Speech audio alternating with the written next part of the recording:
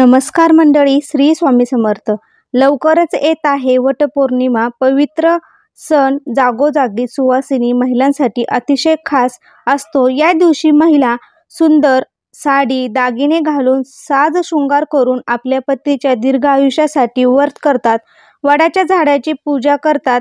आपल्या हिंदू धर्मात वट सावित्रीच्या व्रताला खूप महत्त्व दिले आहे.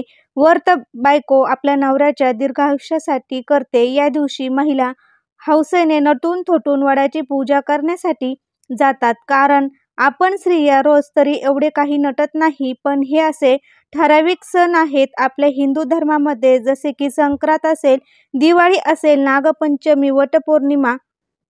या दिवशी मात्र आपण आवर्जून नटत असतो आणि आपण अशा सणांच्या दिवशी खरं तर साज शृंगार करण्याला सुद्धा खूप महत्त्व आहे. त्यामुळे तुम्ही छानशी साडी, साज शृंगार करून नटून थोटून वडाची पूजा करा. कारण प्रत्येक स्त्रीला छान दिसणे देखील आवडत असते. तर तुम्हाला वट सावित्री पौर्णिमेच्या दिवशी स्त्रियांसाठी खूप मोठा आणि आनंदाचा आहे. असा एखादा सण जवळ आला की आपल्या स्त्रियांना लगेच प्रश्न पडतो की या दिवशी किंवा या सणाला कोणती साडी घालावी. तसेच आजच्या व्हिडिओमध्ये मी तुम्हाला वटपौर्णिमेच्या दिवशी सौभाग्यवती स्त्रियांनी कोणती साडी घालावी, कोणत्या रंगाची साडी नेसावी, त्याचबरोबर कोणत्या रंगाची साडी चुकूनही नेसू नये आणि वटपौर्णिमेसाठी कोणकोणते शुभ रंग आहेत आणि या सणाला बांगड्या घालताना कोणत्या रंगाच्या बांगड्या अजिबात घालायच्या नाही किंवा कोणत्या रंगाच्या बांगड्या घालाव्यात, अशी बरीच माहिती मी तुम्हाला आजच्या व्हिडिओमध्ये देणार आहे. त्यासोबत हा व्हिडिओ तुम्ही शेवटपर्यंत नक्की बघा आणि याआधी चॅनलला तुम्ही अजून जर सबस्क्राईब केले नसेल तर नक्की करा आणि शेजारचं बेल आयकॉन देखील दाबा, म्हणजे मी जे काही नवनवीन व्हिडिओ अपलोड करेल त्याचं नोटिफिकेशन तुम्हाला नक्की मिळेल. तर यावर्षी म्हणजे 2024 मध्ये वटपौर्णिमा शुक्रवार दिनांक 21 जूनला साजरी केली जाणार आहे. हा सण नवरा बायकोच्या नात्यामधील गोडवा आणि खूपच महत्त्वाचा मानला जातो. कारण या दिवशी पत्नी पतीच्या दीर्घ आयुष्यासाठी, अखंड सौभाग्यासाठी आणि सुख संसारासाठी वटपौर्णिमेचे व्रत करते, पूजा करते. आणि वटपौर्णिमा म्हणजेच 7 जन्म तोच पती मिळावा यासाठी केलं जाणारं व्रत. हे व्रत केल्यास आपल्या पतीला जास्त आयुष्य मिळते आणि पुढच्या 7 जन्मांसाठी आपल्याला तोच पती मिळतो अशी धारणा आहे. कारण ज्याप्रमाणे वटवृक्षाचे आयुष्य खूप जास्त आहे, त्याचप्रमाणे आपल्या पतीचे आयुष्यही खूप जास्त असावे यासाठी वटवृक्षाची पूजा केली जाते.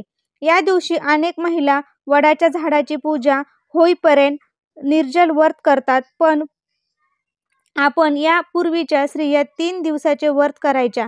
मात्र आता पौर्णिमेच्या दिवशी स्त्रिया उपवास करतात, वडाच्या झाडाची पूजा करतात आणि मग उपवास सोडतात.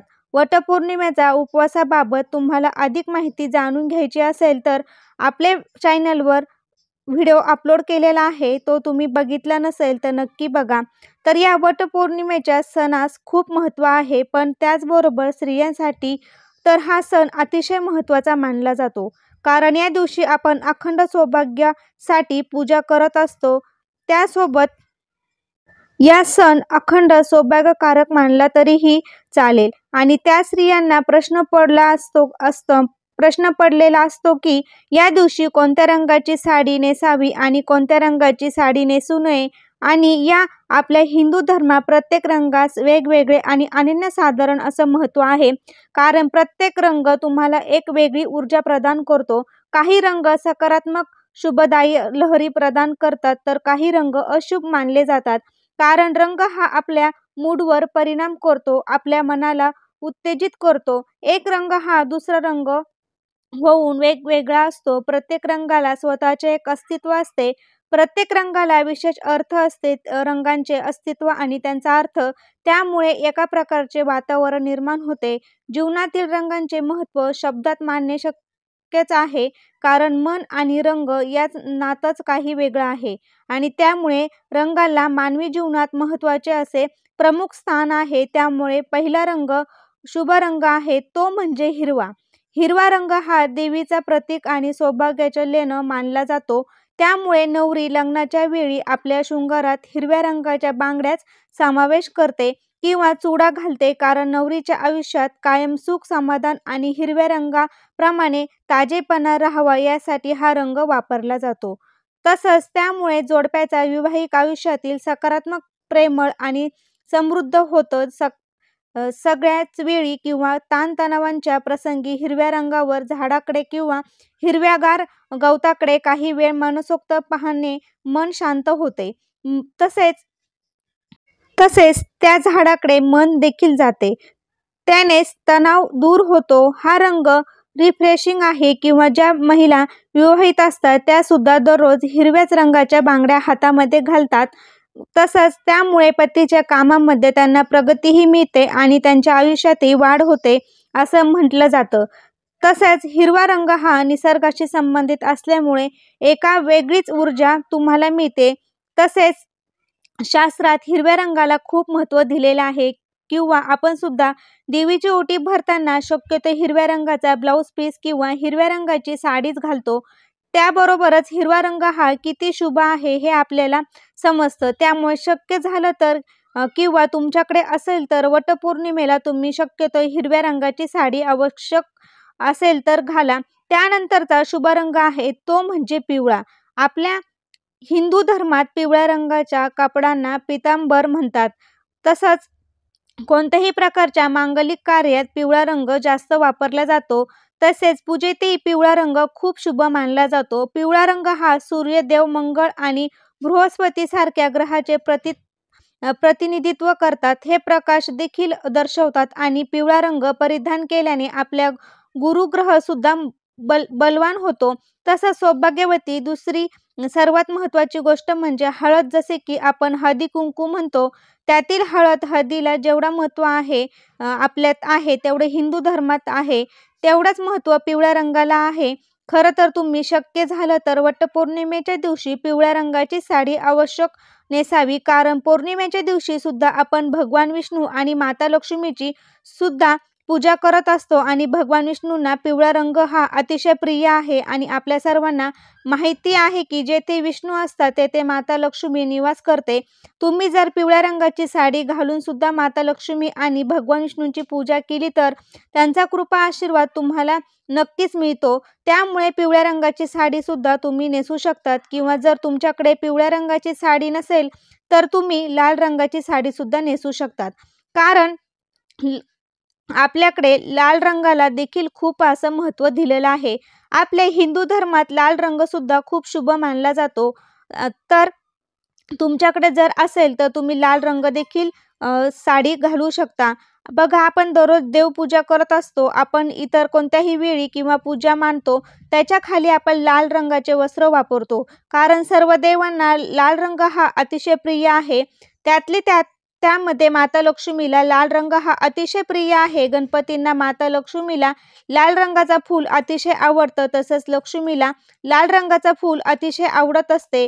सौभाग्यवती. एक महत्त्वाची गोष्ट म्हणजे कुंकू हे सुद्धा लाल रंगाचं असतं. कारण सौभाग्यवतीला सर्वात महत्त्वाची गोष्ट म्हणजे हळदी कुंकू आणि त्यातील कुंकवाचा रंग तर लाल असतो.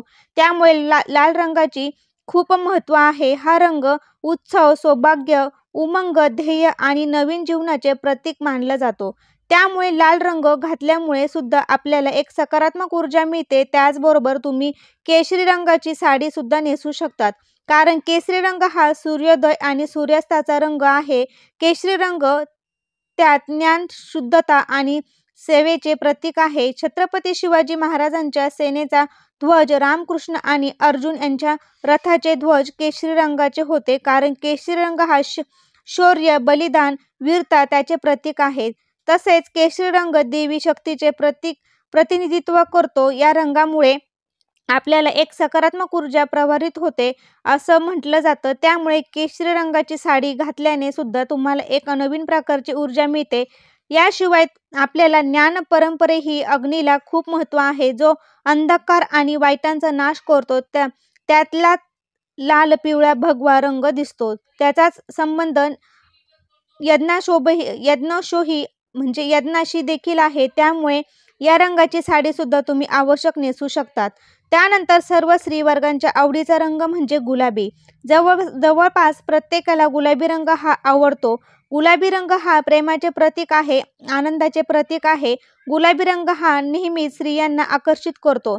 या रंगाचे कपडे घातल्यामुळे आपलं मन हे प्रसन्न होतं आणि एक वेगळीच एनर्जी आपल्याला मिळते असं म्हटलं जातं. गुलाबी रंगामुळे घरामध्ये सुख समाधान येते आणि आपलं मन सुद्धा शांत राहतं. त्यामुळे गुलाबी रंगाला एक वेगळे महत्त्व आहे. त्यामुळे तुम्ही गुलाबी रंग किंवा आत्तापर्यंत मी जे काही तुम्हाला रंग सांगितले आहे त्यापैकी एक रंगाची साडी तुम्ही घातली तरीही चालेल. तसेच हे अतिशय शुभ रंग आहेत, पण त्याचबरोबर तुम्ही चिंतामणी कलर, राणी कलर, पोपटी कलर किंवा क्रीम कलर अशा रंगाच्या साड्या सुद्धा नेसू शकतात. मग तुम्हाला प्रश्न पडले असेल की या दिवशी कोणत्या रंगाची साडी नेसायची नाही, तर वटपौर्णिमेच्या दिवशी तुम्ही काळ्या, निळ्या रंगाची साडी नेसायची नाही. काळे निळे कपडे घालून पूजा करणे अशुभ मानले जातं. आपल्याला हिंदू धर्मामध्ये कोणत्याही देवकात किंवा शुभ कार्यात आपण काळा रंग वापरत नाही. त्यामुळे शक्यतो तुम्ही काळा, निळा किंवा पूर्ण पांढऱ्या रंगाची साडी नेसू नका.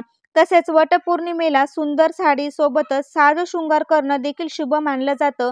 यावेळी हातात काचेच्या बांगड्या, केसांमध्ये सुवासिनी फुलाचा गजरा, नाकात नथ, कुंकू, टिकली, दागिने, पैंजण, जुडवी, अत्तर असा तुमच्या आवडीनुसार तुम्ही हा शृंगार करायचा आहे. त्यामध्ये बांगड्यांमध्ये सांगायचं झालं तर आता फॅशनच्या युगामध्ये तर बरेच जण बांगड्या तर घालतच नाही किंवा बरेच जण एक तरी घालतात, तरी ठीक आहे. एक का होईना पण दररोज बांगडी घालावी. तसेच 16 शृंगारमध्ये बांगड्यांचा समावेश आहे. त्यामुळे सणावाराला दिवशी तुम्ही आपल्या हातामध्ये काचेच्या बांगड्या घातल्याच पाहिजे. या दिवशी आपल्याला हातात थोड्या का होईना पण काचेच्या बांगड्या असल्या पाहिजे. त्यातली त्यात तुम्ही हिरव्या रंगाच्या बांगड्या घातल्या तर अतिउत्तम. या दिवशी तुम्ही शक्यतो प्लास्टिकच्या किंवा मेटलच्या बांगड्या घालू नका. हिंदू धर्मामध्ये काचेच्या बांगड्यांना किंवा हिरव्या बांगड्यांना जास्त महत्त्व आहे, कारण हिरवा रंग शुभ आणि सौभाग्याचं प्रतीक आहे.